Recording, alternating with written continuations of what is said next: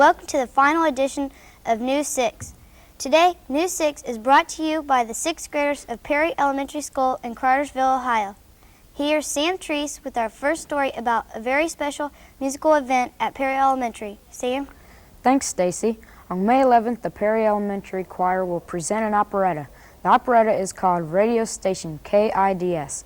Mrs. Brown is a music teacher at Perry Elementary, and she is the director of the operetta. She talked with News 6 reporter Ginger Lascava and explained what the operetta is about. She also told Ginger just what is involved in putting an operetta together.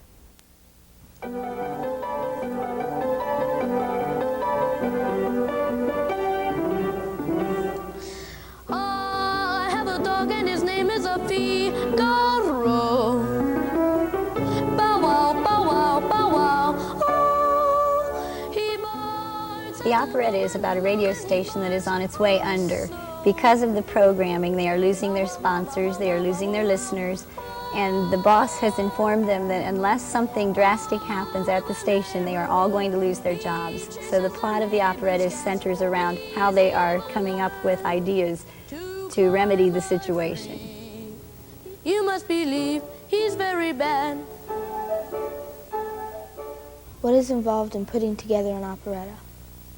When you put an operetta together, you must keep in mind that we're working with elementary age kids in a 5th and 6th grade choir. So I must keep in mind how they sing, their voice qualities, and what they are able to handle socially. You don't want to pick a subject that's too mature for them, or likewise a subject that's too immature for them. So it involves, first of all, their singing.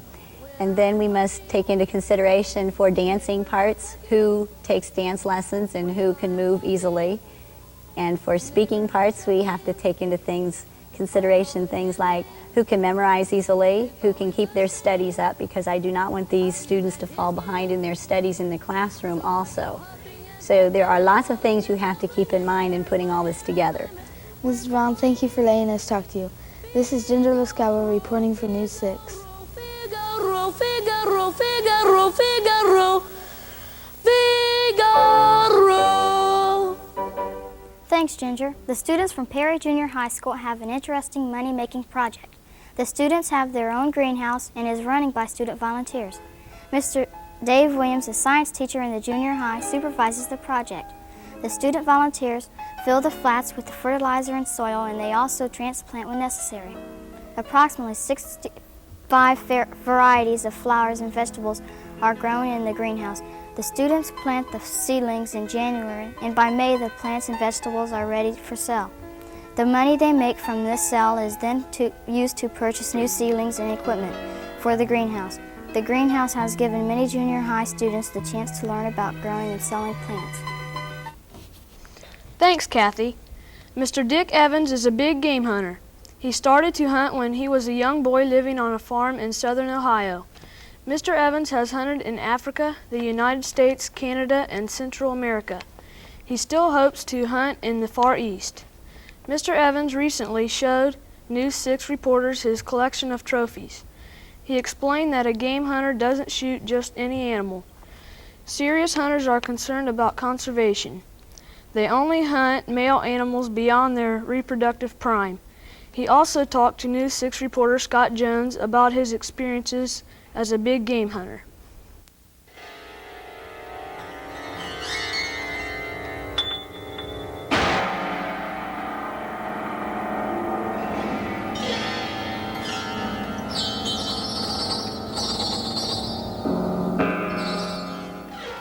Mr. Evans, could you tell us what a big game hunter is? That's pretty much what the name implies, Scott. It's an individual, a hunter, who goes out in search of the larger game, whether it's North American game or Africa, as opposed to someone that shoots rabbits and squirrels. Where have you hunted? I've hunted in Alaska a number of times, all across the United States, most of Canada, been to Africa 3 times, so I've hunted over a great deal, almost all of North America. What animal have you wanted to hunt the most? I guess ever since I was a boy about your age, I think I wanted to go hunt a leopard, and then probably a lion, a big elephant. But I think the animals that I enjoyed hunting the most, that were the biggest challenges, were the sheep of North America. Remember, there's 4 of those, and they call those the Grand Slam. What is the most dangerous animal to shoot? Well, most big game hunters everyone will have his own idea. In my opinion, the Cape buffalo is the most dangerous. I think most everyone will agree that that Cape buffalo has killed more professional white hunters than any other big game. If you're talking about North America, I think you'd have to put it in the area of one of the bears, either the grizzly or it could be the polar or the Kodiak. Thanks for talking with us, Mr. Evans. This is Scott Jones reporting for News 6. Thanks, Scott. One of the newest forms of dance today is breakdancing. Young dancers all over the United States are trying to master such moves as the moonwalk, the wave, and the spider. News 6 reporters recently visited the Janus School of Dance in Lima, Ohio. There, they watched Joyce Bagley, who teaches breakdancing, demonstrate some of the steps.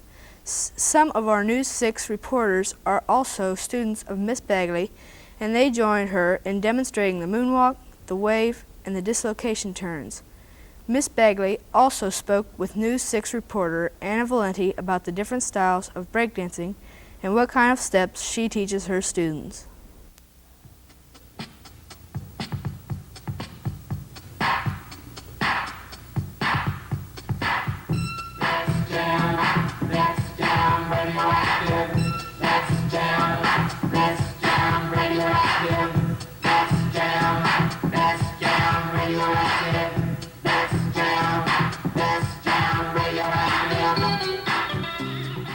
Breakdancing, just like any other dancing, is the dancer's imagination.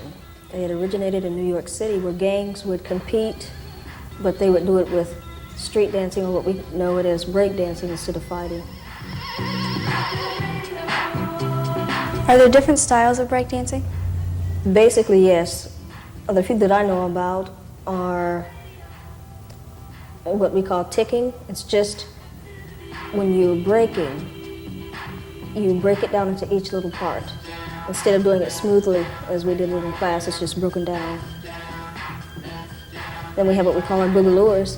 Those are the people who jump from side to side, getting ready for the floor work, what we call spiders, back spins, floor spins. And then you have our wavers, and all they do is just wave. What kind of steps do you teach? What I do, I teach the basic steps of breakdancing, because no one person can teach breakdancing completely, because, as I said, it is in the dancer's imagination. What I do is teach the basic steps of the breakdancing, and then the students take it from there. It's all in the imagination. Thank you for talking with us, Miss Bagley. This is Anna Valenti reporting for News 6. Thanks, Anna. That's all for today. In fact, that's all for this year. We'd like to thank all the schools that have participated in making News 6 a success this year. We hope you will join us next fall when News 6 will be brought to you again by 6th graders from schools in northwestern Ohio and northeastern Indiana. Until then, have a great summer.